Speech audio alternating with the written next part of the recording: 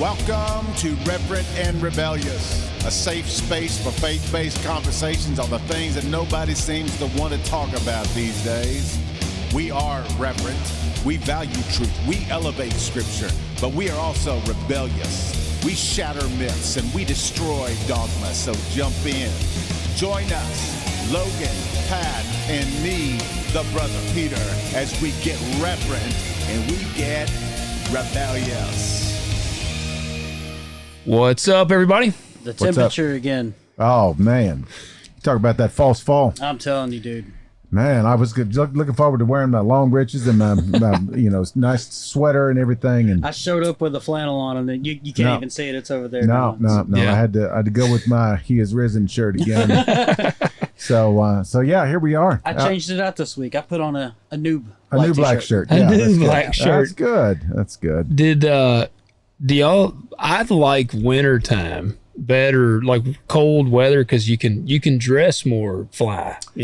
Well, and also, in the summertime, there's only so many clothes you can take off. Yes, that's why legally.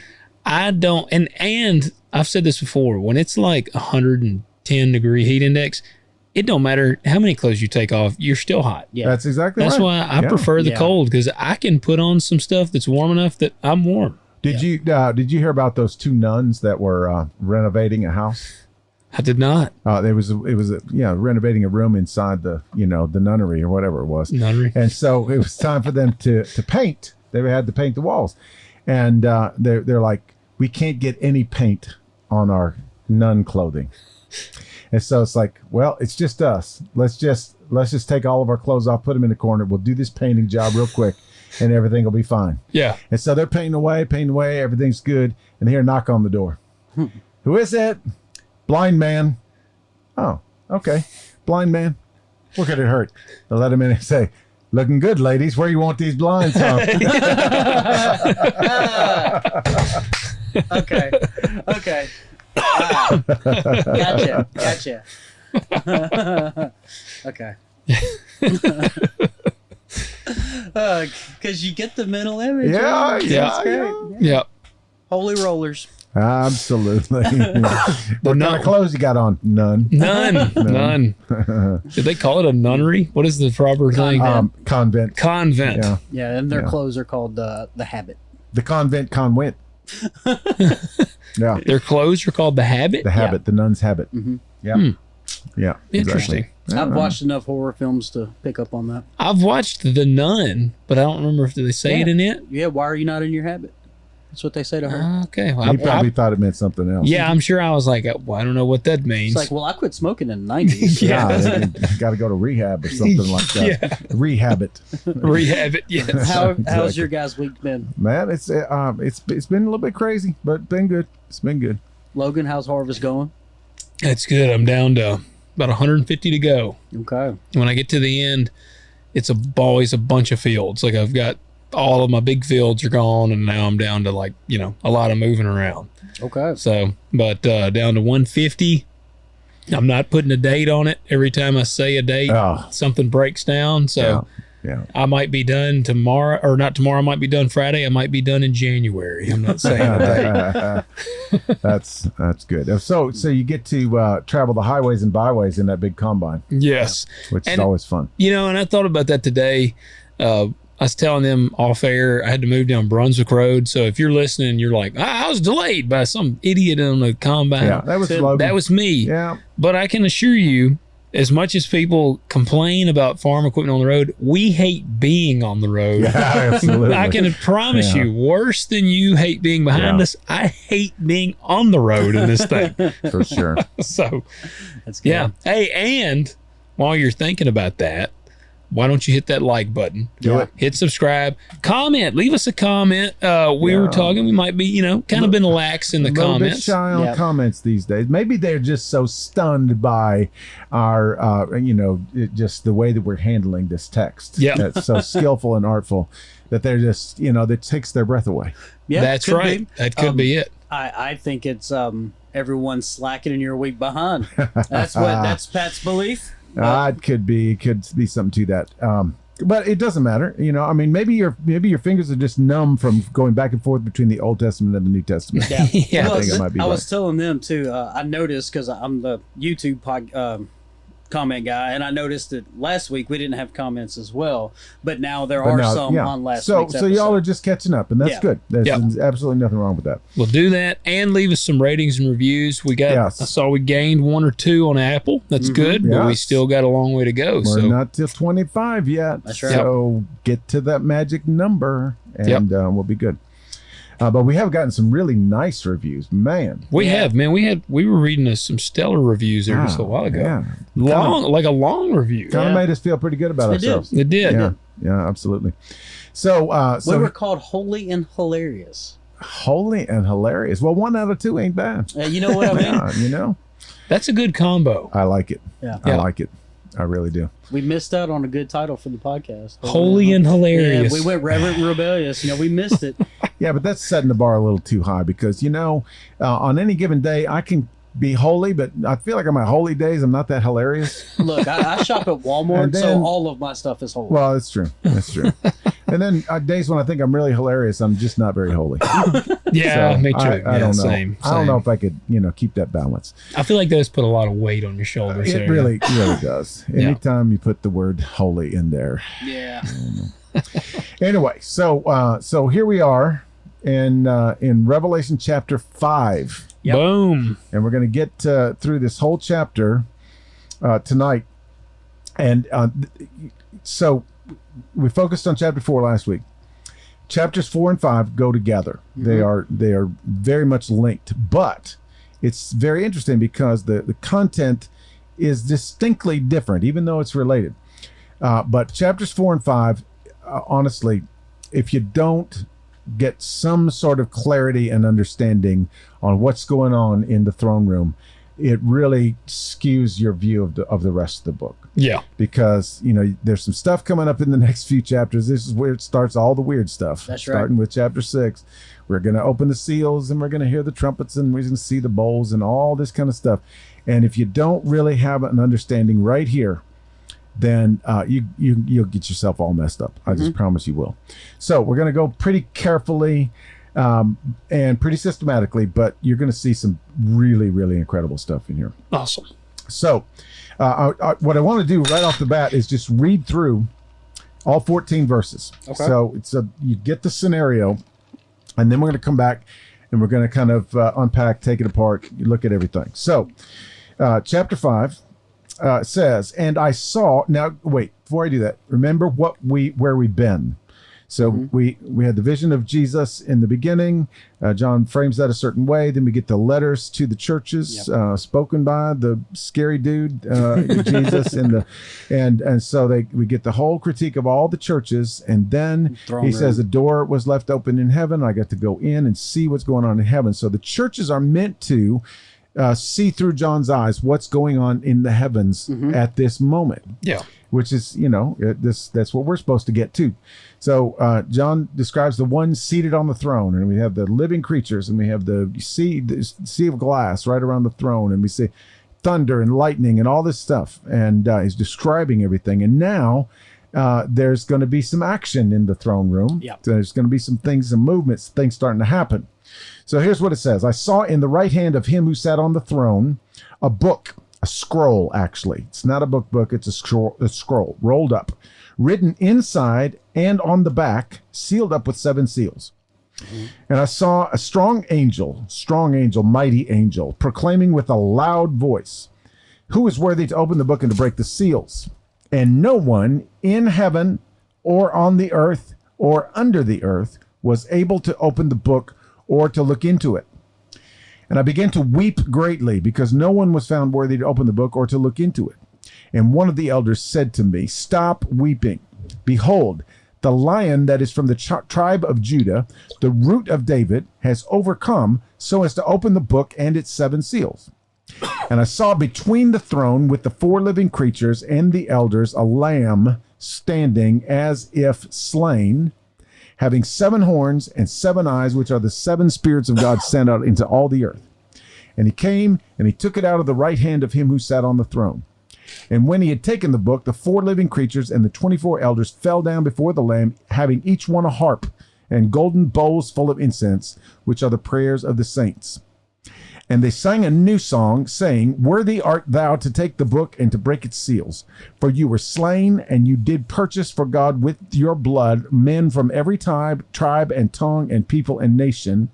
And you've made them to be a kingdom and priests to our God, and they will reign upon the earth. And I looked, and I heard the voice of many angels around the throne, and the living creatures, and the elders, and the number of them was myriads of myriads and thousands of thousands, saying with a loud voice, Worthy is the Lamb that was slain to receive power, riches, wisdom, might, and honor, and glory, and blessing. And every created thing which is in heaven, and on the earth, and under the earth, and on the sea, and all things in them, I heard saying, To him who sits on the throne and to the Lamb be blessing and honor and glory and dominion forever and ever. And the 4 living creatures kept saying, Amen. And the elders fell down and worshiped. So, what does that make you think is going on? First impressions? Barnyard done went crazy. Yeah. Kind of, sort of. Yeah, I couldn't help but think of Thor's hammer. Thor's hammer, yeah. That's what I was thinking He of. who is worthy. Yes. Yeah, there you go. I love the imagery with that they strong found angel. no one, but yet there was. It was funny is because there's none on earth or under earth or in heaven or any of these places that they look, right? And then there's someone's just sitting there. Yep. It's like, wait, I got it. Yeah, just hang on. Hold my root beer. Yeah. Okay, so this is a classic, iconic chapter. This is, if preacher says I'm going to preach from Revelation, it's usually either from the letters to the churches or it's right here. Yeah, Gotcha. Because even chapter 4 is a little bit too kind of out there. Yeah. You gotta do some, figuring. But the scroll, 7 seals, the Lamb, the one on the throne, the worship, all that stuff. It's kind of easy to preach about. Yeah.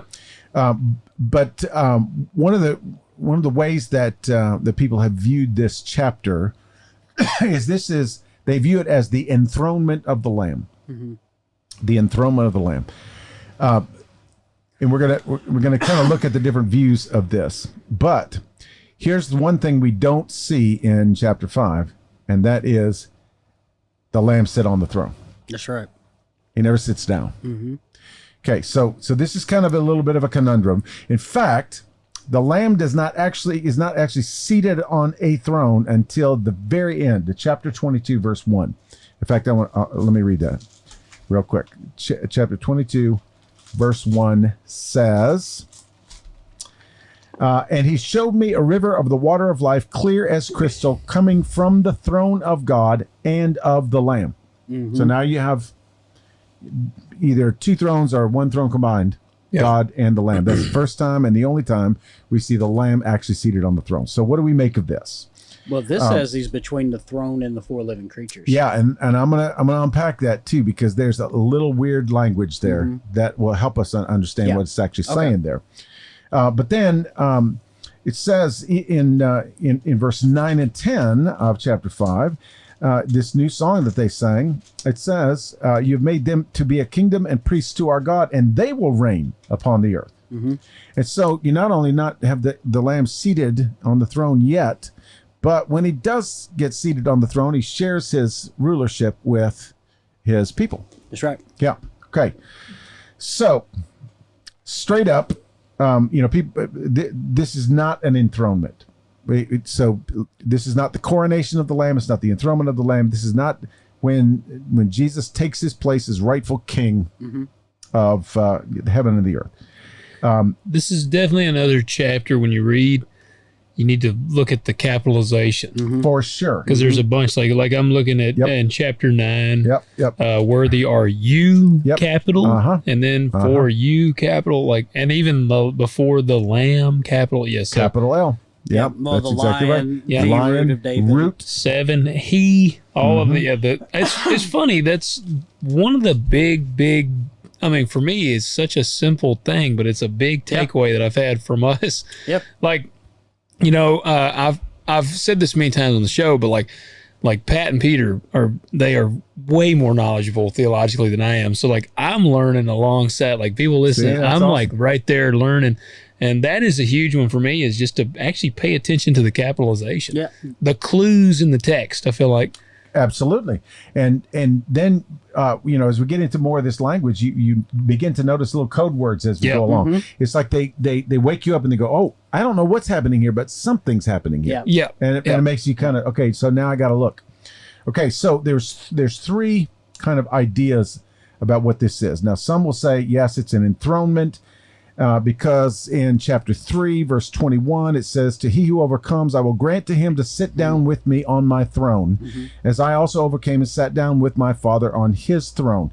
Now, that is future tense. Yeah. Even though it says sat down, and I'll explain why. And also, we see in chapter 7, verse 17, we see this language of for the Lamb in the center of the throne. Well, that isn't seated language at all. Yeah. Right. So, right. But they go back to the threefold process of king making in Israel to say that this is an enthronement, because the threefold process of king making was, number one step is the designation of the king. It's typically done by anointing. Mm-hmm. So you are anointed to be king. That doesn't mean you're king at this moment, but you're the person. One day. Right. And then the second step was to prove yourself worthy by doing some act of heroism or bravery or valor or something like that. And then the third step was to actually ascend to the throne. And so they say, well, all the three of those play out in Jesus' life, right? He's designated. He was the chosen Messiah, And then how many acts of valor did Jesus do? I mean, all of them. I'm pretty sure he did. Yeah, all of them. And so here we are. Now he's ascending to the throne. So this must be an enthronement. But then the problem is, if he's enthroned, when does he get to sit down? Yeah. Yeah. And I would say that there's actually more language with the resurrection and the ascension to heaven as more as a throne base enthronement language than this. Yeah, but even then, well, okay, I'm getting ahead of myself. That was a very good comment. Hang on to that. Okay. Other people will say that this is a commissioning. Mm-hmm. That this is, now commissioning is the appointment of somebody, an authorization of somebody to do a task. Yeah. Mm-hmm. And this is a problem because he's already accomplished the task. Right. Whatever was necessary to make him king, he's done. His death, resurrection, ascension is already done. What else, is there to do? And we also see that the whole vibe in the throne room, even from chapter 4, is not one of celebration, yay, go get them. Yeah. It's almost sort of a frightening thing. It's almost like tension filled, anticipatory kind of thing. Okay, so what we're going to see is this is not an enthronement. It's not a commission. It is something called an investiture. Okay. And this is an investiture is the establishment of someone in an office that they already hold informally. Okay. So it's kind of like like somebody who's like really helps out with the football program and they do all this stuff. It's like one day they say, you know what, I'm going to name you coach, or a coach. They've been doing it the whole year. You're just almost acknowledging it. Yeah, exactly. It's making it sort of making it official, gotcha. Right? So with the investiture, it's an already not yet. Mm-hmm. Already but not yet kind of idea. Like interim head coach. Yeah, but the enthronement is secure. It's it's for sure happening, and it actually is happening. But here's the deal. The final work has not been accomplished yet. That's the right. big key. Yeah, it's that Jesus died, he rose again, he ascended, but now at this moment he is king, but he's got work to do. Yeah. So he's not going to sit down yet because this next phase has to be accomplished. And you notice that's why he sits down in chapter 22. Because what happened? Everything has been. So what needs to be accomplished? He establishes his rulership, qualifies Jesus as ruler, but the final goal of the reconciliation of the cosmos, the universe, everything in it has not happened yet. Yeah. The reconciliation that, the end result that God has in mind, reconciling like all of his creation to himself. So there's work to do. The restoration of Eden, bringing heaven and earth back together, all this stuff. So this is a sign to the universe. So a formal display to the universe of what has already taken place, but also will be finalized at the end of this next phase. Yeah. Does that make sense? Yep. So if you look at Daniel 7, like we have before, if you look at verses 9 through 14, that's the divine council scene. That's the flaming throne mobile. That's it says that one like a son of man came. So I just laugh at our flaming. I did too. I'm going to say every time you say that. Well, and every time you say that, I think of Dragula. Like that's what I'm like. It's like Rob Zombie's Dragula. Like there you go. I mean, that's the picture I get in my mind. Yes. It's like it's like the Munsters. Did you ever watch the absolutely. Munsters? Like I their love car. I know. That's a good example. But then it says, one like a son of man, appears, so on and so forth. He's given a kingdom, and that will last forever and ever and ever. Yeah. He never sits down there either. Yeah. It's like he's given a kingdom, but that kingdom is not yet consummated. Right. Yes. Okay. Yeah. So the Lamb will not be seated, installed eternally until the work is complete. And so that's where we get that. And you think about this too, in terms of another Old Testament story about King David, right? So King David is anointed. Everybody knows that he's the next king. Something has to happen with Saul. And so like phase 1, he gets Judah, but that he knows that that's not his anointing. Right. Like his anointing is to be king over Israel. Right. And so he's formally recognized as the king, but not of the whole thing yet. Yeah. He's got work to do. He's got to go steal Jerusalem back from the, I don't know, Jebusites? Is that what it was? I don't know. Anyway. Okay. One of them ites. And so what I want us to see here before we get into each verse is John goes back to Daniel. He goes back to Ezekiel 1 and 2. And what he's doing here is he's identifying these prophecies and he's retelling the prophecies with Jesus in the picture. Yeah. So now we see Daniel 7, one like a son of man. Well, he's saying, this is who it is. It's Jesus. Yeah. And it's just like when Jesus would talk about, I did not come to abolish the law, but I came to fulfill it. Yeah. And those words actually mean to fill it up, to complete it. And so this is kind of what we hear, So in Revelation 3, you're going to sit and rule with me on the throne when we get to chapter 22. Yeah. Okay. Yeah. So there you go. So what's happening here is we see the throne room, we see the majesty, we see the stuff, we see all the stuff. This is where the wheels to the plan get rolling. This is where the whole thing starts. We've put the key in the ignition. We've turned it. It's cranked up. Now we ease it into gear. Yeah. And we start moving forward. That's exactly right. The plan begins to make progress. Jesus has achieved all that is necessary in order to put this plan in motion. Yeah. So it's like Jesus shows up. He goes, okay, here I am. I'm done with everything. And so let's go. This is where we start in verse 1. And so it says, in the right hand of the one seated on the throne. Who's that? Him. Yeah, it's the Father, right? It is a scroll. Now, in the right hand, this is sort of reminiscent of what we talked about, last week with the emperors, and they'd show up at the games and they'd sit there with the scroll in their right hand, and it's all power, all authority. Yeah. It's absolute rule. It's absolute whatever's in this scroll is what's going to happen. And there's no reversing it, no changing it in any way. Yeah. Okay, scroll. Now, scrolls in their day were either, they were usually legal documents. Sometimes it was a will. Sometimes it was a decree. Sometimes, but whatever it was written, it was rolled up, and then they would put these, they would usually wrap some bands around it, and then they would put these seals on it. Were they wax? And it had some sort of insignia pressed into it. So it's very, very familiar image to everybody there. Yep.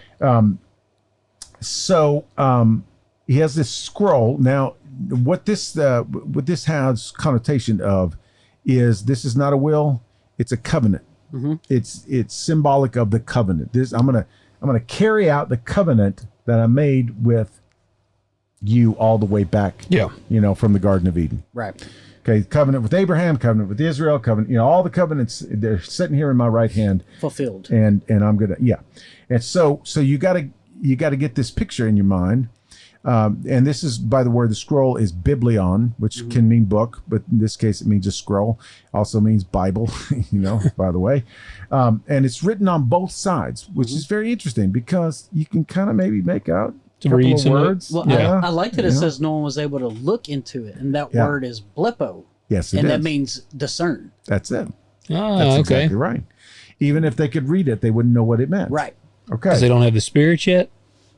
Well, yes, that is part of it, but it's because it's not for them to know. Yeah. Because there's only one who can do this. Jesus. Okay. So let's look at a couple of scriptures about sealed books. Okay. So Pat, get Daniel 12, 1 through 4. I'd actually, 1 through 4 and verse 9. Okay, 1 through 4 and 9. And then Logan, get Ezekiel 2, 9 and 10. And 12. You can skip 11. Wait a minute. Ezekiel 2, 9 and 10. Ezekiel 2 doesn't... Oh, gotcha. Where's 12? It ends at 10. Oh, it does? Okay. I must be referencing a different chapter then. Just read 9 and 10. Okay. Read Daniel first. Okay. Daniel 12, 1 through 4 says, Now at that time Michael, the great prince who stands guard over the sons of your people, will arise. And there will be a time of distress such as never occurred since there was a nation under that time. And at that time, your people, everyone who is found written in the book, will be rescued. Many of those who sleep in the dust of the ground will awake, these to everlasting life, but the others to disgrace and everlasting contempt. Those who have insight will shine brightly like the brightness of the expanse of heaven, and those who lead the many to righteousness like the stars forever and ever. But as for you, Daniel, conceal these words and seal up the book until the end of time. Many will go back and forth, and knowledge will increase. And then you said 9? Yeah, read verse 9. In verse 9 it says, He said, Go your way, Daniel, for these words are concealed and sealed up until the end time. Yes. Okay, so what time is this? Oh, God. This 1500 BC? And what time is it in Revelation? 90 AD? It's the end time, right? So he says, John's saying here, It's time. yeah, the what is written in Daniel there, Yeah. sealed up until now. Yeah. It's going to go down now. Okay, read Ezekiel 2, 9 and 10. All right. Then I looked, and behold, a hand was extended to me, and lo, a scroll was in it. When he spread it out before me, it was written on the front and back, and written on it were lamentations, mourning, and woe. Yeah. Lamentation, mourning, and woe. That's not good. I love those three words together. I bet you were doing Ezekiel 3 too after that. It said, So I opened my mouth and he fed me this scroll. Yeah, that's it. That's Gotcha. it. Yeah, and I ate the scroll. So what's happening in Ezekiel is he's being given a scroll, which is a message. And this message is for Judah, because Judah's really, really messed up. And so he says, internalize this message. So inside the scroll, it tells us our words of lamentation, mourning, and woe. So we don't know exactly what that means, but it's not good. I was right? going to say, not good. Yeah. So John here is putting these two images together. So he's talking about the scroll that is sealed, and he's talking about Daniel, about how it's sealed until the end of time. Yeah. And so he's putting these two things together, and so we cannot in a million years answer what's inside the scroll. Yeah. We're never told what's inside the scroll, but whatever it is, John is telegraphing to us that it is not good. That all hell's going to break loose. Yeah. To some degree, in some way. So in Ezekiel's time, this was the plan of judgment, how God was going to carry out judgment against Judah. And they needed to know this, and Ezekiel was supposed to speak it. So different people have had different thoughts about what the content of the scroll is. Some say, well, maybe it's the heavenly books. maybe it's the book of life. And I say that doesn't make any sense whatsoever, because that's dealt with later on. Yeah. This is like, it's God's systematic plan for the judgment of evil and the salvation of the people, of the believers. That's exactly what it is. What would be the purpose of showing them the book of life? That's what I don't even know. Well, okay, so but here's something that we kind of get a little bit off about, because we think, okay, so the first seal is removed, and it is this. Yeah. So that must be what's inside, right? No, because this is still sealed. Yeah. We got 6 more seals. It doesn't unroll until you get all 7 of the seals. Yep. Yeah. When the seals are breaking, that's just one step closer. Yeah, exactly. And here's the weird thing about it. You know, we started talking about these interludes. You're going to see silence. Yeah. After the 7th seal. Everybody's going like, what in the world is going to happen next? Like, they see it. Yeah. And it's like, oh no, you're not going to do that. But yeah, that's what's going to happen. Yeah. So the 7 seals are not the content of the scroll. It's not the heavenly books. It is, I believe, without a doubt, the plan, the systematic plan that only Jesus can carry out. I know exactly what's in the scroll. Jesus stuff. Yeah. It absolutely is. So we get to verse 2, and he says, and I saw a strong angel, mighty angel. This is an imposing figure, and actually this word strong means boisterous. Like, this guy's blustery, and not one to be trifled with. No, and he proclaims with a loud voice. In fact, it has to be loud because it's heard throughout the whole universe. Right. Yeah. Right. Now, keep in mind, because we're going to encounter this in a second, this phrase "loud voice" happens 20 times in Revelation. Wow. Yeah, a lot of loud voices in Revelation. Yeah. Right. A lot of proclamation. And so he says, "Who is worthy to open the book and to break its seal?" Who is worthy to do that? And so the answer is in verse 3. He says, "And no one in heaven or on the earth or under the earth was able to open the book or to look into it." You think anybody tried? That's what I was actually about to ask. Do you think anyone went up there and attempted? I don't think so.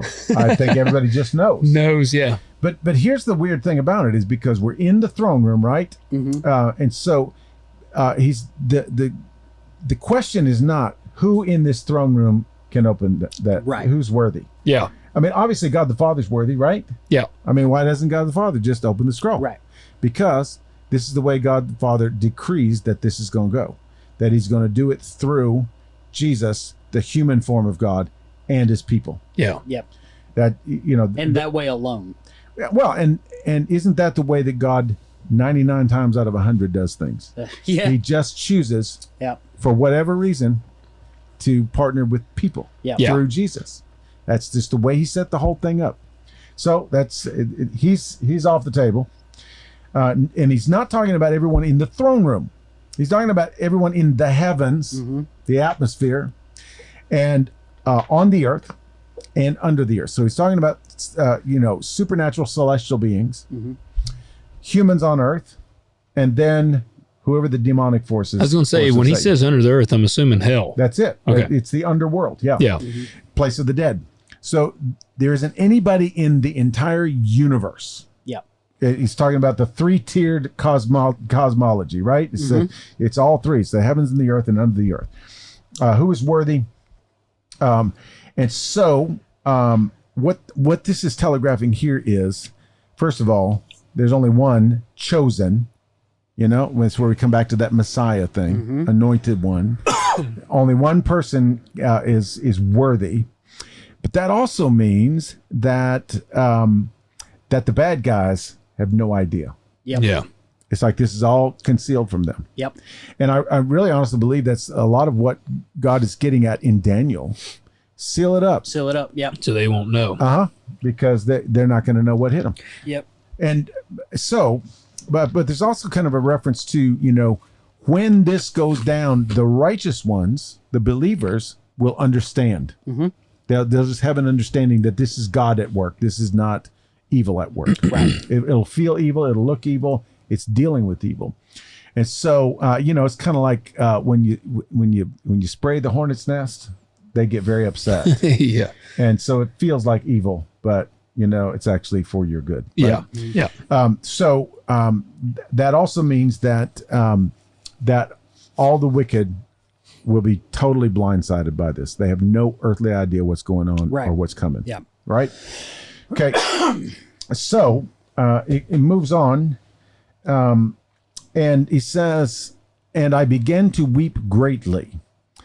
Now, this is like, I wept and I wept and I wept some more. It's like, I kept on shedding many tears. This is the kind of mourning you do when somebody you deeply love dies. Yeah. Yeah. It was uncontrollable. He just, so why do you think he is weeping like that? Because no one was worthy. Yeah. So what does that mean? We're all broken, I guess. Well, it means that the plan of God to reconcile the universe Will never be and known. to deal with, To never come to fruition. it's just going to go unfulfilled. Yeah. Is nobody worthy. So here's the scroll. God's not going to open it. Nobody's worthy to open it. And then all of a sudden, one of the elders, one of the 24, and this is actually quite interesting. And John at this point is thinking, well, if it's stalled out in heaven, there's no hope for anybody. Right. If nobody in heaven can do it. One of the elders says, "Stop weeping." He starts playing. You hear the dun dun dun from No More Tears by Ozzy. Yeah. And he comes up there and he's like, "Stop, no more tears, man." Well, but here's the odd thing. Now, this is one of the characteristics of apocalyptic literature, is these symbols that are used, these images, they can make two things happen that be the same thing. Okay. They can make one thing mean two things. They can mean two things mean one thing. Mm-hmm. And you remember how in chapter 1, he hears the voice like a trumpet. Mm-hmm. He turns to see the voice, and he sees this super huge, scary image. Yeah. Yeah. And it's Jesus, who is really God. Okay, so it's the same kind of concept here. He says, "See, behold, the Lion that is from the tribe of Judah, the root of David, has overcome, so he can open the book and its 7 seals." Okay, so what is John expecting to see right now? Jesus. The Lion. Yeah, the Lion of Judah. Yeah, it's the Lion of the tribe of Judah. Now, look up Genesis 49 and read, the actual verse is 9, but you might want to start just a couple verses ahead of that. 49:9 is the key verse there. And you look up Isaiah 11:1 and also verse 10. Okay. Okay. So I'll start in 7. Good. It says, Genesis 49:7. It says, "Cursed be their anger, for it is fierce, and their wrath, for it is cruel. I will disperse them in Jacob and scatter them in Israel. Judah, your brothers shall praise you. Your hand shall be on the neck of your enemies. Your father shall bow down to you. Judah is a lion's whelp. From the prey, my son, you have gone up." It says couches. So he crouches. Yeah, he couches.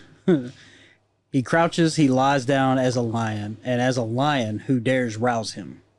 Right. So this is Jacob blessing all of his sons. Mm-hmm. And he comes to Judah. And he says, "Judah, you are a lion's cub." In other words, you will become a lion someday. Yeah. And nobody's going to mess with you, and everybody's going to bow down to you. Well, what tribe did Jesus and David and all those come from? It was through Judah. Yep. This is interesting. Verse 10, it says, the scepter shall not depart from Judah, nor the ruler's staff from between his feet, until Shiloh comes, and to him shall be the obedience of the peoples." And that word Shiloh, Messiah. it's Greek for That's he who it belongs to. That's it. Oh. That's exactly it. Mm-hmm. It is another term for the anointed one. Yep. Mm-hmm. That's exactly cool. right. So here we have and then he's called the Lion of the tribe of Judah right here. Mm-hmm. Those are the two times that's used. So it comes full circle. Yeah. So read yours. All right. Isaiah 11:1 and 10. Yep. Then a shoot will spring from the stem of Jesse, and a branch from his roots will bear fruit. Then in that day, the nations will resort to the root of Jesse, who will stand as a signal for the peoples, and his resting place will be glorious. There it is. Yep. So another messianic prophecy. Yep. But now it's the root of Jesse, and John repurposes that as the root of David, because David came from Jesse. Jesus comes from the line of David. That's just cool. It is cool. And so he's saying he's the lion from the tribe of Judah and the root of David. Yeah. And he has overcome. Man, it is just, it's neat seeing it like tied back into the Old Testament. Well, it's so expertly done by John. I mean, he's using all these images that they're very familiar with, right? How do guys that believe that the Bible is a load of malarkey, how do they justify all this? It lines up perfectly over, I think, 2,500 years. Yeah. How does that work? Documented time. A lot of, like, the Torah is passed down orally before it was written down. See, that was one of the only ways that, like, when I'd argue with atheists I used to work with, I stumped this dude one time because I was like, how does the Bible, over all these years, sync together so well, not contradict itself and all this stuff? And he was like, I don't know. And I'm like, all right, there you go. Loser. Now sit down. Yes, exactly. Yeah. And shut up. So it says that he has overcome. Now, how many times did we see overcome? He who overcomes. Yep. In every church. Yeah. Every all letter, seven. every church. Yeah. And in John 16:33, Jesus says, "Take courage, I have overcome the world." Yes. Yeah. So Jesus is the one qualified, worthy to open the book and its seals. And this is kind of part of, if you think back to the whole, when we talked about the atonement theories and all this stuff, this is the end result of atonement. That the atonement of mankind, that whether you see it as substitutionary atonement or Christus Victor or redemption or liberation or whatever, all those atonements, because Jesus did that, then this can start. Yeah. This process can begin. So here we are, at verse 5, and then it says, so he quits crying. The elder says, "Hey, the Lion of the tribe of Judah, the root of David," and so John is expecting right now to turn and look and see a lion, an image of a lion. But it says, "I saw between the throne." Now, here's the actual language of this verse.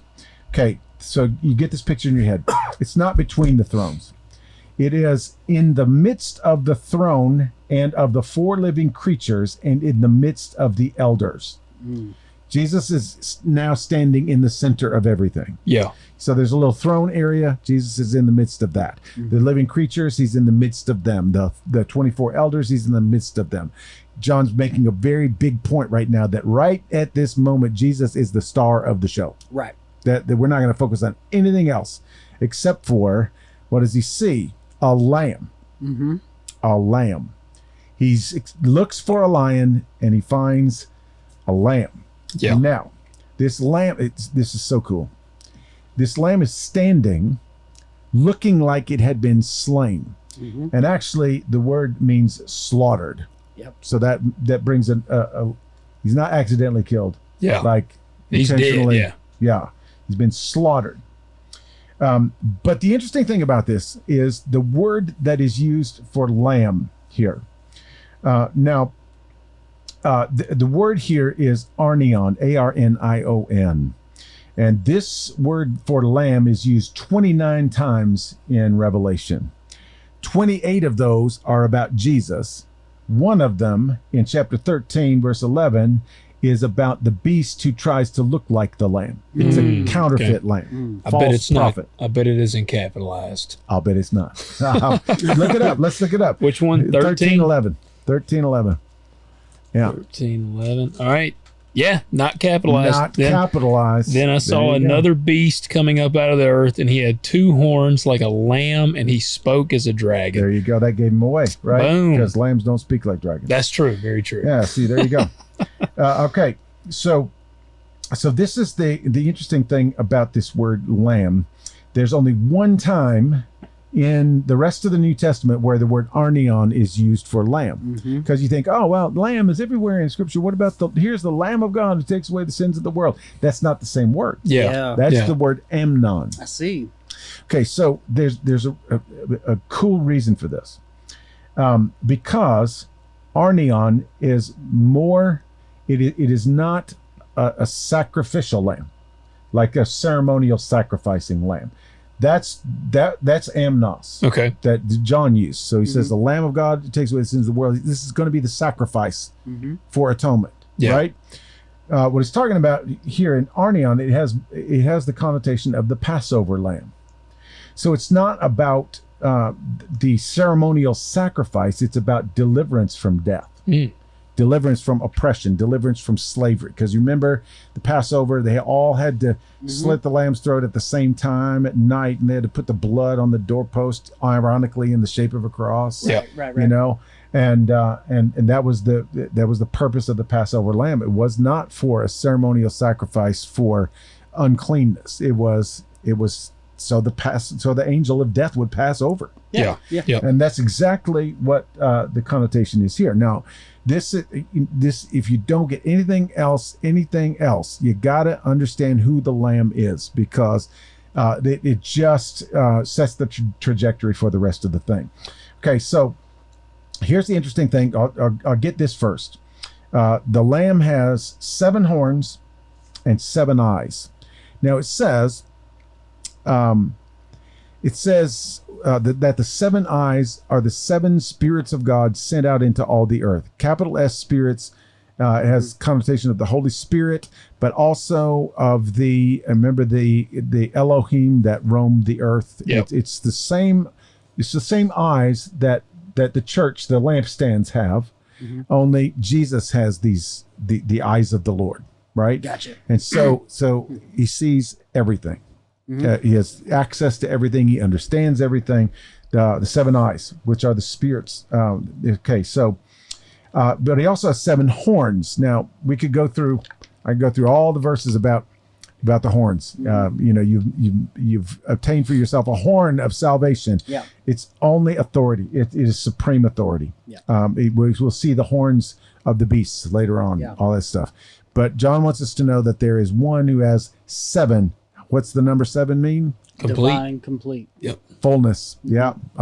So he has the fullness of authority and the fullness of sight, understanding, knowledge, all that kind of stuff. Pat, look up Psalm 75, 4-7. This is a cool verse.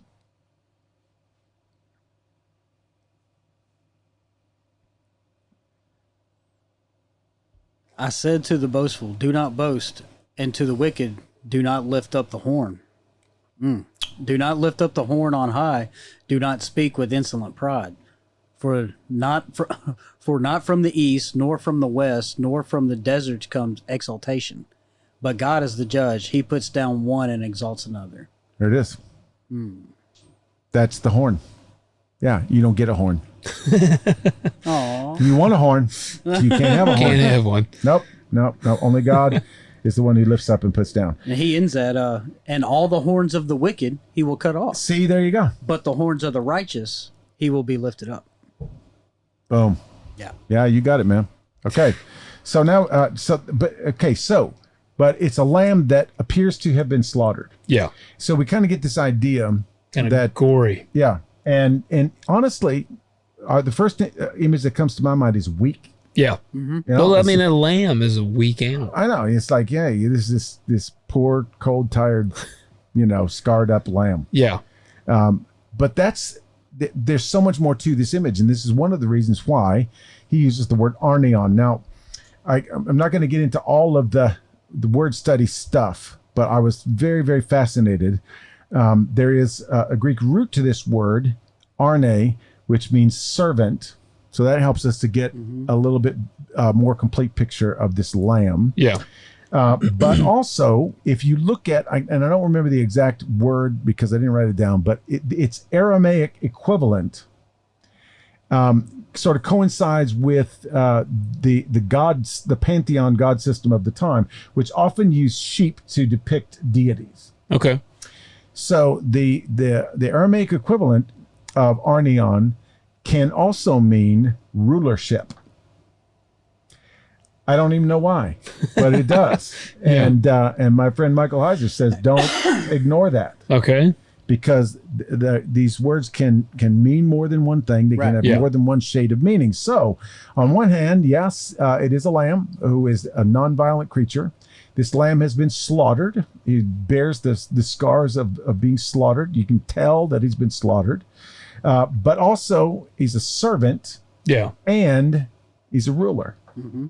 So really, we should not get this image of a pitifully weak, scarred lamb. What we see is a victorious ruler who bears the mark. I'm thinking like Rambo when he stitches himself up and you get, it's all these scars and everything. It's a much, much, much stronger image than we in our culture are used to. With these three things, could we also say that the 7 horns is complete authority, complete power, 7 eyes is complete knowledge, complete knowing, and the 7 spirits is the complete presence? So could we say this is where we also get omniscient? For sure. Omniscient, omnipotence. That's what's being telegraphed right here. Okay. And once again, it's John again equating with and joining the Son with the Father, and the Spirit's right there with it. Yeah. Okay, so there's no doubt about that. Jesus is now a part of the throne. He's not sitting down yet. His work's not done yet, but clearly. Okay, and we're going to see that here in just a second in these little worship scenes here. But I wanted to get to the lamb stuff first because we need to see what as close as we can to what John saw, which was a servant ruler. Who had a really bad gash on his neck or something.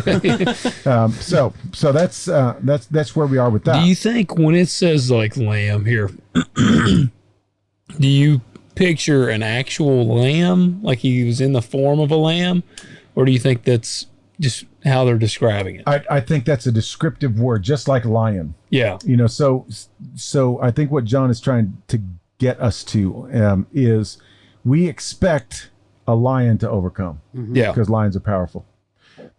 We don't expect a lamb to overcome. Yeah. So what John is getting at here is this is a ultimately powerful figure, but not powerful in the way that we normally think of as being powerful. Yeah. And this is okay. So there's massive implications to this because he says he has overcome, and Jesus will say later, "I have overcome." Well, what does that actually mean? What does that look like? Well, if we look at it in our modern culture or our human culture, shall we say, to overcome means to overpower. Yeah. And we sort of talked about this with the 7 churches too. But it's like ruling from the top down. The peace comes when the one with the biggest gun shows up, right? Because everybody has to fall in line. Well, this is clearly not the image that John gives us. Yeah. Okay. So when Jesus says to him who overcomes, then we have to ask ourselves as the church, well, what does it mean to overcome? What do you mean when you say that? Am I supposed to overcome temptation? Am I supposed to overcome my enemies? And is it just about persevering to the end and undergoing persecution and not buckling? What does it mean to overcome? And this, we get a picture right here of what it means. We have the power of the lion, but in the form of a lamb. Yeah. And so we have servant, we have sacrifice, we have a conquering ruler. And so when it says he has overcome, then this is what it means for us to overcome. See, that makes so much sense because the only other place in the New Testament where that word arnios is when Peter's talking to Jesus and he says, "What should I do, Lord? Feed my sheep." And he uses the word lambs. Yes, feed my sheep. And it's that word. It's the people of God. It's the church. That makes so much sense. All those dots just all fall in place, right? Yeah.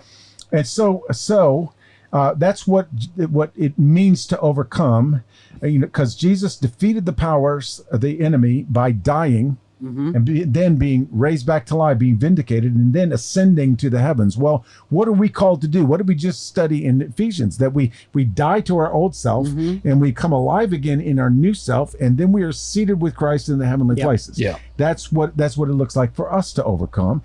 He's standing there complete with his scars and everything, not pretending to be anything that he's not. He comes again at the end of the book, drenched in blood. Whose blood? Drenched in his own blood. Yep. He has a sword. Where is it coming out of? His mouth. It's the sword of the word. And then he says that we, the saints, the people of God, we overcome by the blood of the Lamb and the word of our testimony. That's right. So it's all these mirror images going on here, and that thread is going to pull through the rest of the story. And so if we miss who the Lamb is and what the Lamb has done, and by overcoming, he pulls the trigger on that whole next phase that we're going to get into next week.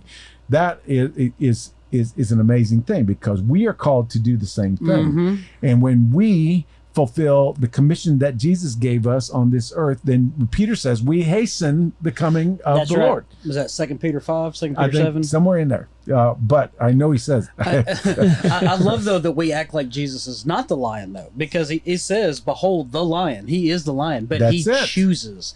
His way is to be the lamb.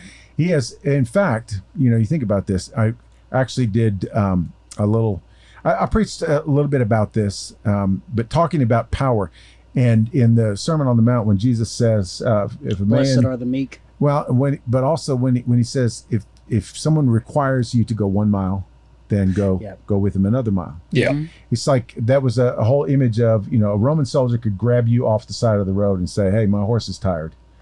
Carry the saddle, carry the bags, carry the whole thing. But they couldn't make you go more than 1 mile. Yeah. That was the rule. So you get to the end of the mile and you're feeling, like it's humiliating. Yeah. You're walking down in front of everybody carrying this Roman soldier's stuff. And he says, when you get to the end of the mile, say, no, you know what? Your horse does look a little tired. I'm going to carry it another mile. You just overpowered that Roman soldier. Yeah. Because he can't make you not do something nice. He can't force you not to do it. Yeah. And it's like, oh. So now you have power over that soldier that you didn't have before. Yeah. So Forrest Gump was a prophet. That's exactly right. I just kept on running. Kept on. And same thing with, a man strikes you, turn the other cheek. Yeah. Decide to even it up. Well, yeah. And so the first one is a backhand slap, and the next one is a forehand slap. That's a tough one. That's a tough one. I know, but it means something. Yeah. And it would mean something to everyone around that you just overpowered that guy by making him hit you again. This time with his open hand, not with the back of his hand. Yeah. Yeah. So, because see, the backhand was an insult. Yeah. The forehand was that of an adversary, but an equal. Oh, okay. And so you're saying, no, I'm not going to be equal. Mm-hmm. Yeah. Exactly. So there you go. I didn't know that. A little Sermon on the Mount lesson for today. So if I got to slap somebody, backhand them. Backhand them every time, yeah. And make it count. You better not have to come back from that. Yeah, that's right. Don't let them slap you with their left hand, because that's your bathroom hand. That's right. I remember hearing that. That's their wiping hand. That's exactly right. That's true. Yeah, that's true. Yep, it is. We talked about that before. Okay. So we get to move on now. Okay, so the Lamb standing, highlight of this chapter, as if slaughtered, 7 horns, 7 eyes, 7 spirits of God, all power, all authority, all knowledge, all might. And he came and he took it out of the right hand of him who sat on the throne. Remember, the right hand is the power hand. That's the authority hand. So Jesus reaches and takes it and takes authority, takes all power over this next phase. That's a capital H of him. It is as absolutely a capital H. You bet it is. Okay, so now what happens is we've got when he'd taken the book, the 4 living creatures and the 24 elders fell down before the Lamb. Okay. I got to go back just for a second. Because I missed something. Just, it's small, but it is, or maybe I didn't miss it yet. Maybe it's coming up. Let's see, this is what happens when we'll get there. Okay, I'll just keep going. Okay, so The four living creatures, 24 elders, they fall down. This is once again our word prostrate, right? Not prostate. Not castrate. Not castrate. Okay. So what happens here is this big giant worship service. So he says when he taken the scroll, they all fall down on their faces before the Lamb, having each one a harp. This is where we get the harp in heaven, right? Stop it. There's a reason why he's little angels playing their harps. Yeah. With their like little there's diapers on, and the 24 elders and the living creatures sat on a cloud and played their harp in their white robes. Yeah, no. It's Cupid. Harp, golden bowls full of incense, which are the prayers of the saints. Okay, so this is sort of a picture reminiscent of, John is taking their minds back to temple worship. So there's a lot of pomp and circumstances, ceremony and everything. And he's talking about the incense, which is on one hand offered at the holy place. It's where Zechariah was when he saw his vision of John the Baptist and all that. There's also incense in the Holy of Holies. Well, he says that they have bowls of incense which are the prayers of the saints. So it's not this, I mean, yes, it is approaching God, but it is specifically approaching him with the prayers. And so you got the holy place, you got the Holy of Holies, you got harps. It's reminiscent. We're going to see them singing in a minute, which will be the image of the Levites, the Levitical choir. And it says in here, well, let me make sure I got it. Yeah, I got it. Okay. And they sang a new song. Okay. This is also a throwback to the temple worship. This actually, if you read it literally, says they sang a fresh religious metrical composition. It was fresh. Yeah. Nice. Yeah. Yeah, because it was a new subject, new material. This is a code phrase, new song, from the temple worship, where spontaneous psalms would be composed on the spot by the temple worship leaders in response to a new act that God had done. It was, I can only imagine. It was. Yes, it was. My two biggest takeaways from this is, first of all, we know these harps aren't Gibson Les Pauls because you break your headstock. That's right. And two, you mean we can come up with new worship songs? Imagine that. Who'd have thunk? I know. That's the funny thing about it, is because, we'll see in other worship scenes that they sing a specific thing that everybody knows. Like they've known it for a long time. And we'll see it here in just a minute. Worthy is the Lamb that was slain, whatever. There's old songs and there's new songs and there's everything in between. But this whole idea, when John says they sang a new song, all the Jews would go, oh, I know what that is. I know what that is. That's our worship leaders making up stuff because God just did something. Oh, okay. Yeah. So it's sort of like if we said that, and together they sang a contemporary worship song. Gotcha. We would know. Yeah. We would know that we have to repeat the chorus 72 times. I was going to say, when y'all are talking about that, all I'm thinking about is the chorus. And again, I'm no musician here, but the chorus repeated over. I can sing of your love forever. But you know what that means, though? It's God's calling us right now to break that cookie cutter style. Let's come up with something else. Hey, absolutely. I mean, because has God done any new stuff? Every day. That's what I'm talking about. Is this where the band New Song gets their name? Probably. I would just bet you $1,007 for the fullness of that. It's funny that New Song's been playing the same songs for years. They have not had a new song, have they? Yeah, that is true. That's a big bar to set for us. My love. Yeah, I would not take the chance on that band name. I sat with Russ the singer, and he was a super cool guy. Really? Yeah, he came into my office. We had a good long chat. I still got his business card on my desk. Really? Yeah. Did you ask him why he hasn't made a new song? No, I did not. No, you say when y'all do your reunion tour, will you be Old Song? Yeah. Yes. They should change their name. So he says they sang a new song, a fresh religious metrical composition. And in response to a new act by God. Okay, so how did they tell each other the lyrics?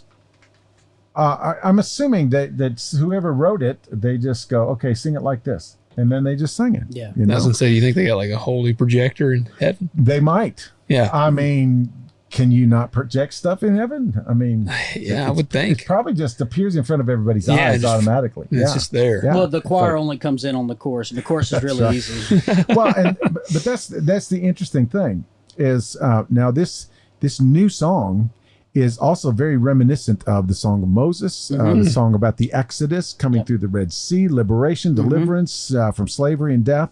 They sang the song saying, "Worthy are you to take the book, the scroll, and to break its seals." And they say, why?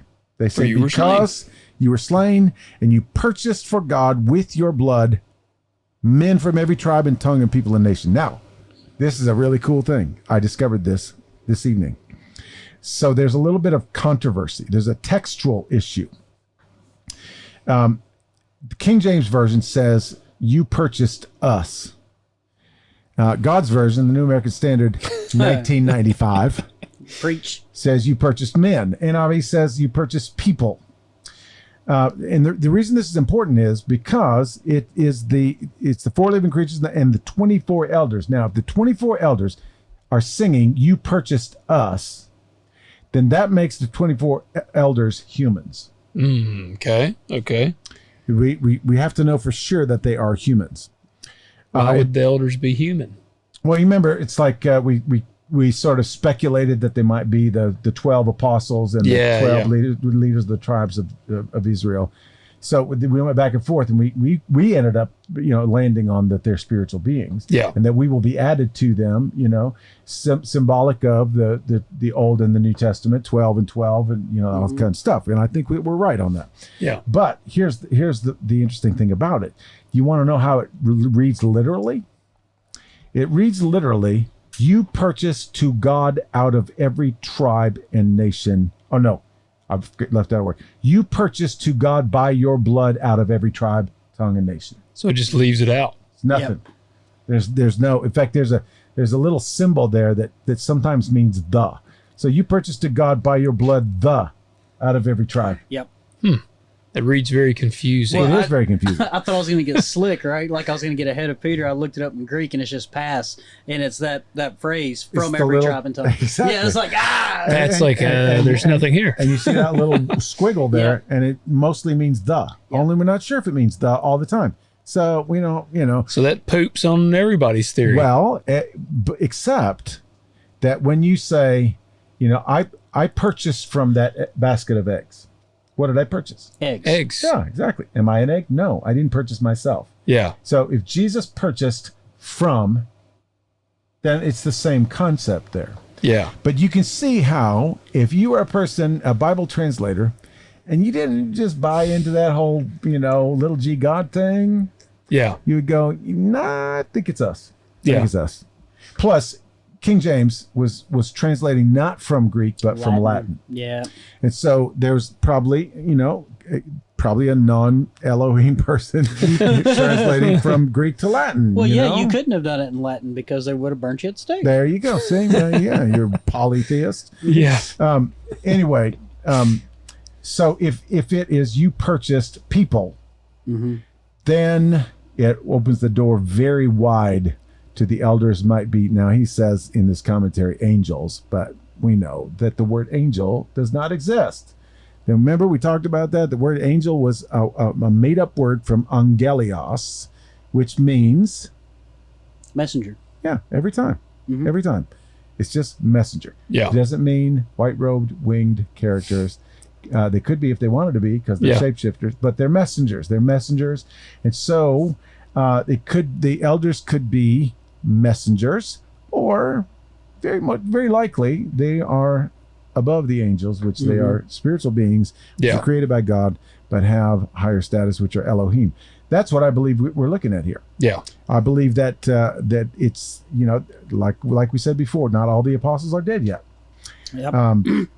And so I think it's the divine council and the 4 living creatures, which is all of creation, remember, echoing praise to God. Worthy are you. It's a confirmation that Jesus is indeed the only one. Yeah. Right? Men from every tribe and tongue and people and nation. Okay, the word man doesn't even belong there. Yeah. From. Every tribe. Tongue. Yeah. And Is that why it's in italics? Uh-huh. italicized, whatever. because it isn't in the original. Yeah. Gotcha. That's added for clarity or for not clarity. Well, I was going to say, Whichever, that makes it less clear. I know. Your blood, men from every tribe. Yeah. So what we see here is also this signaling of the gathering of the nations, that God is forming one people, Yeah. his people, believers, out of anyone who believes from all these different from every tribe, every tongue, every people, every nation. That reversal of Tower of Babel. That's exactly right. It's coming full circle. It's the consummation of that. And the word tongue means language. Every tribe, language, people, and nation. Okay, and this is what they're talking about. You have made them to be, all of them, not just Israel. Because remember Exodus 19, I made Israel. They're my chosen ones to be. Well, now the chosen ones are the people of God from every tribe, language, all that stuff. Yeah. Made them to be a kingdom and priests to our God, and they will reign upon the earth. They will reign upon the earth with Christ, all this stuff. So what they're saying is, worthy are you because you have completed all the requirements for what's going to happen next. Yeah. So that's essentially exactly what they're saying there. And once again, it's a new act of God. The Lamb shows up, and now all of a sudden somebody is now worthy to open the seal, and to put the plan in motion. Okay, so we'll go to verse 11. And I looked, and I heard the voice of many what? Angels. Messengers. No. Stop using the word angels. Unless you're going to talk about the angel of the Lord, which is in the Old Testament. I wonder what the Message version says for there. You think he uses angel? I don't know. Maybe he does. It's such a common way to do that. It's like you just automatically, because you think, well, if we put messenger there, they're going to get confused because everybody's just used angels for so long. He uses it. He said, and he actually capitalizes angels. Oh, so we have a believer here. Yeah. Because that means they're divine beings. Because he said, I looked again, I heard a company of capital angels around the throne, the animals, and the elders. Yes. And now he calls, the living creatures animals. That's interesting. With capitals. Wow. He capitalized throne, animals, elders, lamb. The capitalization gets pretty crazy on the Message. Wow. Getting a little free with his capitalization. Yeah, he is. He would, if you're hanging on to the capitalizations like I am, then he even capitalizes the 4 animals. Well, I mean, they are divine beings. Yeah. So he must be going with that straight through. That he's anything that's divine. His capitalized. His would get confusing. It would, because we always know it's just about God, right? Yes. Yeah, I know. Not the case on the Message. He cap locks on all heaven. He does. Yeah. He's apparently yelling the whole time. And I looked, and I heard the voice of many angels, many messengers around the throne, and the living creatures and the elders. Now listen to this. The number of them was myriads of myriads and thousands of thousands. So quite a few. Yeah. Now, the word myriads is the highest number they had in Greek, and it means 10,000. It's always 10,000. So 10,000 of 10,000 and thousands and thousands. Yeah. So what is he trying to say there? A bunch of them. It was just as many as I can see. As they say around here, it's a whole slew of them. Yeah. Exactly. Now, see if this sounds a little familiar, because let's see, where is it? Yes. Here comes the throne, ablaze with flames. Its wheels were a burning fire. A river of fire was flowing and coming out from before him. Thousands upon thousands were attending him, and myriads upon myriads were standing before him. Mm-hmm. You know where my mind goes on that? Where? Heaps upon heaps. Oh, yeah, for sure. That's a nice little children's story from the Bible, right? Yeah, about Samson, the strong man. Heaps upon heaps. He was so godly. Okay, so voice of many messengers, living creatures, elders, myriads of myriads, thousands of thousands, 10,000 of 10,000s. What he's saying here is it's too many to count. Yeah. It's just creatures. He's just getting the point across. It was a bunch of them. Yeah. And they are saying with what? A loud voice. There it is again. Yep. There it is again. Saying with a loud voice. Now think about what a sound that would make. That would be that loud. many people. People think Neyland Stadium is loud. Oh my gosh! This right here would put that to shame. And, Well- I bet you they didn't need a click track. You know, I think they use a click track in heaven. Pat. Maybe Jesus is using the a little the extra scroll. cowbell. Yeah. Mhm. I told you I'm gonna play cowbell.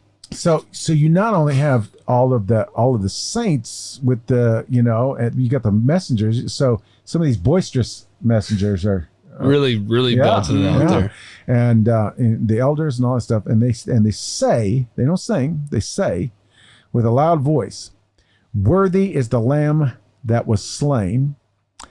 This is cool.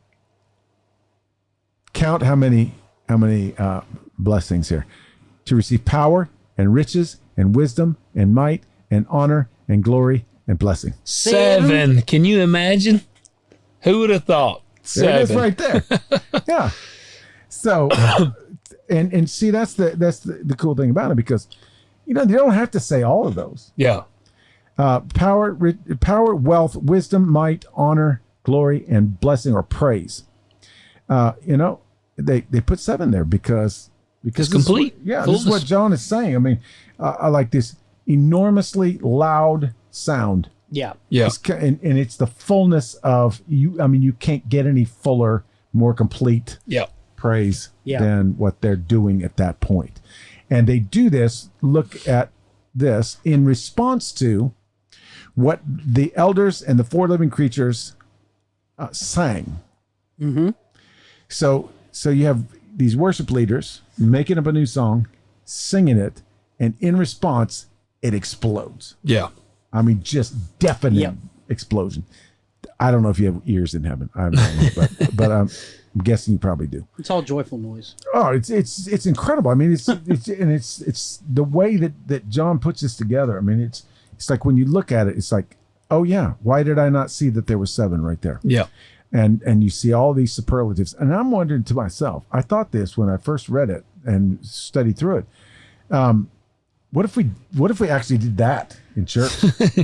Yeah. You go in the middle. Belt it out. Yep. I mean, what if we just said with a loud voice, "Worthy is the Lamb that was slain to receive power and riches and wisdom and might and honor and glory and blessing," and then we just said it again. Yeah. But instead, we want to go to Tarshish. Yeah, I know. Ah, see what I did there. Tied Sunday in. Yes, you did. Yeah, this week we're gonna talk about spiritual apathy, Okay. falling asleep. Okay. Yeah, that's what got Jonah into the state he was, that allowed him to. Yeah, I'm not going to give too much away. You got to listen Sunday. That's it. That's going to be good. Okay, so 7-fold blessing right there. And then it says, in response to that, well, oh, I forgot about this. This is take that, Caesar. Yeah. Okay. I mean, it really is. Yep. This is like direct in your face. Yep. Like, this is why John wrote in apocalyptic language, because stuff like this, if the Roman soldier picks it up and reads it, gets you in trouble. Yeah. Yeah. I mean, this is bad juju. That's Because these are all terms, not all together, but in one time or another would be used for Caesar worship. Gotcha. You are all powerful. You Yep. are all, you have all power. It's whatever. And he's just like firing rapid fire bullets at Caesar. Worthy is the Lamb that was slain to receive power and riches, not you. Wisdom and might, not you. Honor and glory and blessing, Caesar, you're nothing but a salad. Nice. A good salad, but that's A good salad. It is. Caesar's my favorite salad. It's probably my favorite. Yeah. Yeah, the kind of, no, I can't tell that. Oh, come on, man. It has to do with people who have certain conditions. They eat Caesar salads. I'm See, using that. I- It's okay. My pastor said it. So. yeah, Yes. exactly. Don't be mad at me and Pat. We're just That's here. right. We're just the Yeah. innocent We're just the bystanders. disciples, all right? Yes. Oh yes. Okay, so Send those emails. yeah, exactly. Directed at Peter Jeffrey. Yeah. Okay, so Lord, I apologize. Please bless the pygmies down in Africa. Okay, so and then it says, verse 13, every created thing which is in heaven and on the earth and under the earth and on the sea and all things in all those things. Mm-hmm. How many different ways do you have to say Everything. the entire, Everything. Yeah. every created being? Well- Whether you're good, bad, wicked, evil, it doesn't matter. I love that third word, created. Yeah. Because what is the only thing not created? God. Yeah. That's Yeah. it. That's That's it. Is the Trinity. Yeah. That's That's it. it. Yeah. And he's not going to sing to himself. Yeah. Yeah. You know, so no, literally. Unless he's in the shower. So we, yeah, that's right. He could. That's Yeah. when it's raining. Yeah. So here we get these three little scenes all in order, and it builds. Because first it's the four living creatures, 24 elders, Yeah. with their harps, and they sing this new song. And in response to that, the myriads and the myriads and the tens of thousands. Okay, so now every created thing. Yeah. And you notice how he puts it. It's like in the heavens and on the earth and under the earth. He takes it further. And on the sea and all things in the sea and the earth and the heavens and the, Yeah. and the underworld. I mean, it's like nobody gets left out. Yeah. It's like when the verse that says at the name of Jesus, every knee will bow, Yeah. every tongue confess. So he says, he heard saying, to him who sits on the throne and to the Lamb. Okay, super important, because in chapter 4 they were worshiping the one who sits on the throne. In this earlier thing here, they're worshiping the Lamb, who is now worthy. Now every created being says to him who sits on the throne and to the Lamb. Yeah. It's all together right there. So the Lamb, it is like an investiture. Yeah. It's not an installment. It's not a coronation, because it's not an enthronement, but it's an investiture that we now bring the Father and the Son together. Yeah. And this is really important that John does this now, because it would be so easy in the chapters to follow to kind of still see the Son and the Father as two separate beings. Yeah.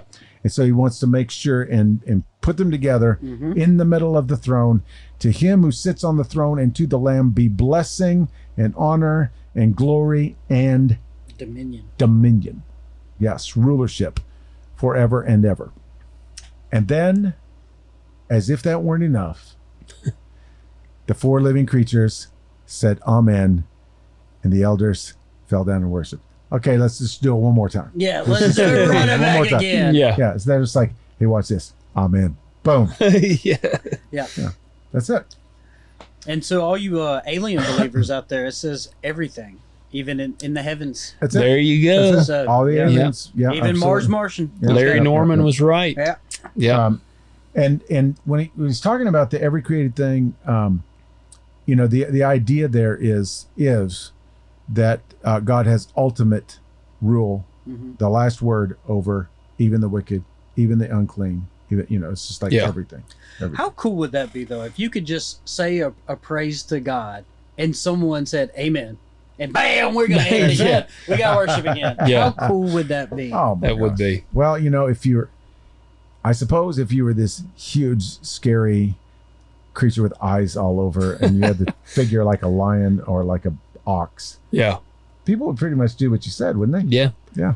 It makes me think of in Young Frankenstein when they say Faubluka and the horses always go like that's kind of how this is. Yeah. I thought of Young Frankenstein and instantly when I was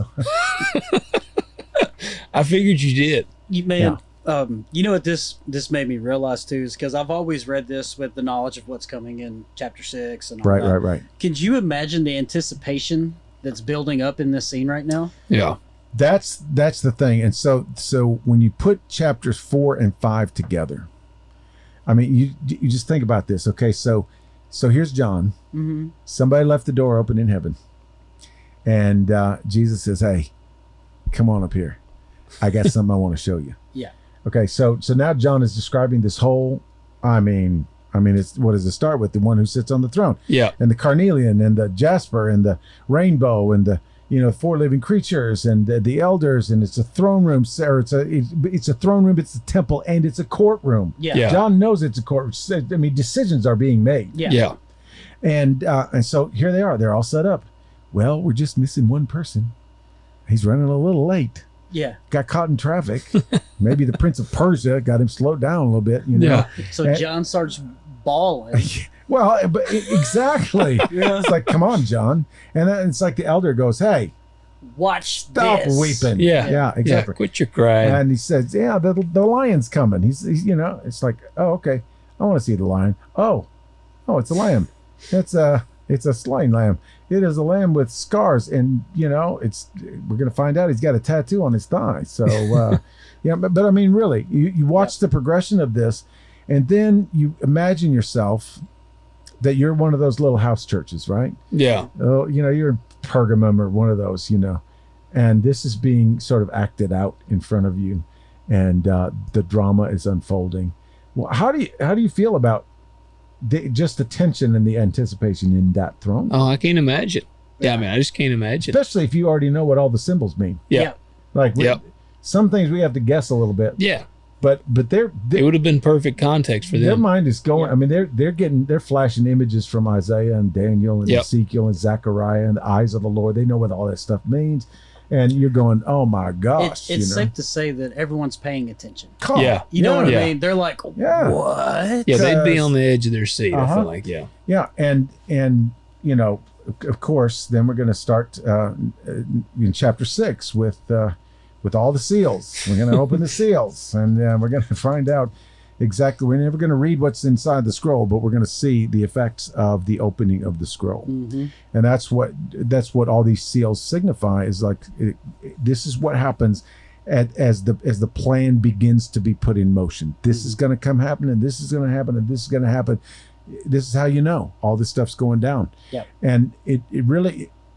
It is a part of what they are experiencing at that time, but they also know that this is what other generations will experience. Yeah. And then there will be a time when it is the end. It is the day of the Lord.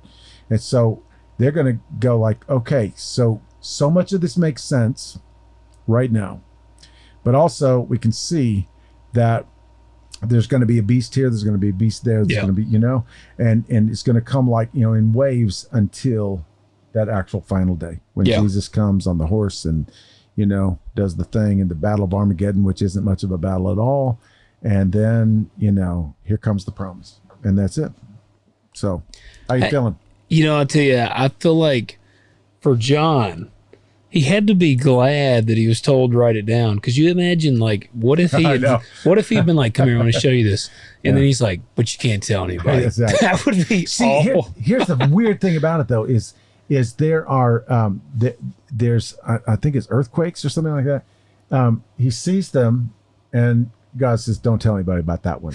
And I'm like, what? Yeah, what thunder, happened? Something like that. Yeah, it's like I want to know what happens with the signs of thunder. And he's like, no, sorry, can't. Yeah, no. if that's the case, just don't even tell me about it. Don't even tell me you saw I it. wonder if John was like, I know. Yeah. I know. Scratch that out. He's like, he's gonna fold that up. He's just gonna put it in the pocket. Yeah. like, I got one long scroll here. Yeah. I know. Yeah, I know. that's Cut what that I part think out. about. Like, man, you know, he's so glad that he got to write down this. I know. But that's the cool thing, though, is the way you see, you know, certainly he's sort of telegraphing back into the Old Testament and lifting images, but he's also he's sort of drawing out the fulfillment of these prophecies that they've had in their head for so long. And, you know, it's one thing to know about Jesus, and like John obviously knew a lot about Jesus, right? And so it's one thing to have been with Jesus, to witness his death, witness his resurrection and his ascension, and have Jesus, you know, like say, okay, remember that prophecy? I mean, that was me, and that was me, and that was me, and so like John's mind is being blown. It's like, oh, I didn't know that was. It was you. I knew it was somebody. I just didn't know. And so Jesus, you remember on the road to Emmaus when he has those disciples and they're going, hey, you know, and he's going, no, let me start you back. Yeah. And as they walk all that 7 miles, he's saying, okay, remember Ezekiel 1? Yeah, that's me. Okay, what about Zechariah? Yeah, eyes of the Lord, that's me. Yeah. You know, and he helps them reread their whole Old Testament, which is the Bible that they had. Yeah. And so now John is taking this one step further, because John's not only seeing Jesus, now he's seeing heaven. Right. Yeah. And remember when the last time start? It started when Jesus accomplished this. Yep. So when Jesus accomplished all this stuff, where did he ascend to? He ascended to the throne room. Yep. And what did he do? He did not just sit down. He was the catalyst that put this whole thing in motion. Yeah. So there you go. I think it's pretty awesome. I do too. I'm excited for the next one. Well, this is where it gets a little crazy, and this is where we're going to have to kind of undo some stuff, Yeah.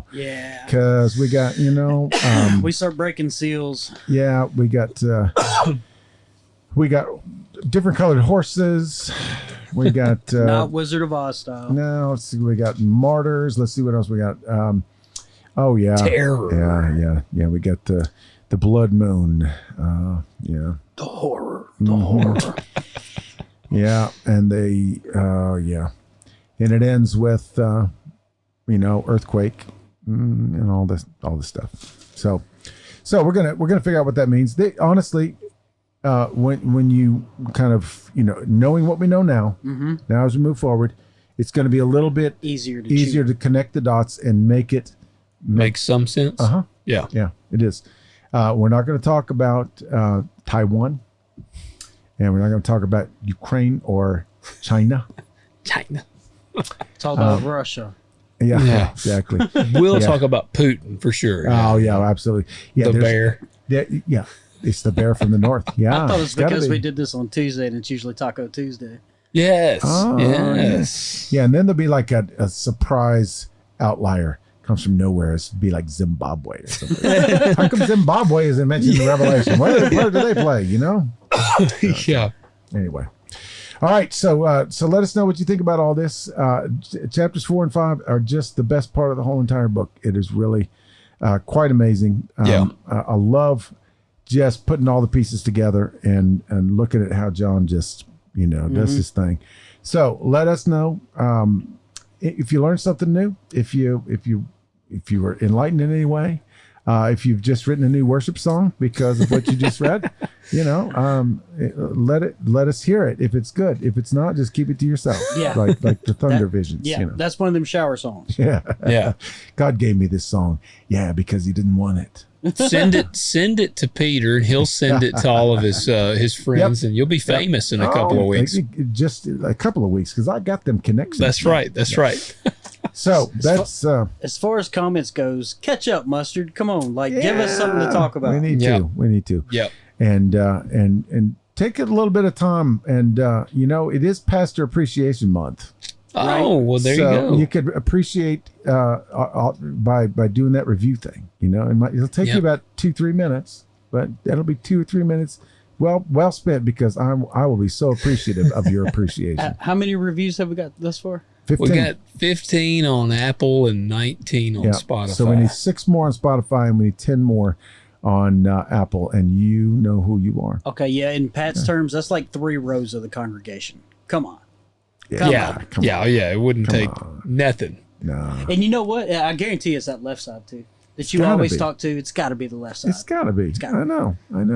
I'm kind of thinking maybe the right side people do they even know we're doing a podcast? I don't even know yet. Yeah. Because, the right side people think you work 1 day a week. yes. No, I Yeah. love my right side people. They are honestly, they are some of the most attentive. Yeah. Nobody ever gets up and goes to the bathroom on the right side. No, man, this last Sunday, for some reason, the coffee hit everybody at the same time. I know. Like when you wrapped up the sermon, it was like 12 people Mass came. exodus. They were all laughing. They're like, "Dang, it all hit us at the same time." It absolutely did. And it's like all that talk about Jonah and the water and the sea. And, They was just building up. They're like, "Golly, it's like the drip faucet or something." Yeah. Yeah, if you gotta pee. Yeah, So but no, they're consistent, man. Yeah. Yeah. It's amazing. I don't know why I didn't start going over there a little bit sooner, because it's comfortable over there on the right side. Now, what about the middle? Because if I'm seated, I'm seated in the middle. I know, but the middle is a little bit unpredictable. Yeah, yeah. It's like sometimes I expect the middle to really laugh at my joke, and that they do Just not. nothing. Just like what's wrong with you middle people? Yeah. Yeah. And then other times I'll just say something and they will absolutely erupt in laughter. I was like, wow, I wasn't even trying to be funny. So I never really quite know where the middle is. Yeah, you embarrassed me Sunday. I know I did. I know. I did it on purpose. Literally, when you said that, like every person turned around and looked at me. So I was like turned and like I know. I was like, I'm not standing back there. What's he talking about? Yeah, exactly. Yeah, and I saw one looking like a good-looking man who was seated on the left side. Yeah, I was like, wait, that's my line. Yes. Yes. Yes, absolutely. Dang it, Logan. All right. Well, we've had enough shenanigans for one night. So so hit the subscribe button and do the review thing, and let us know. Let us know how we're doing, because this is pretty exciting stuff. So, It is. So have a wonderful day, afternoon, morning, evening, whenever you are, and we will see you next time. Yep. Chapter 6. Later.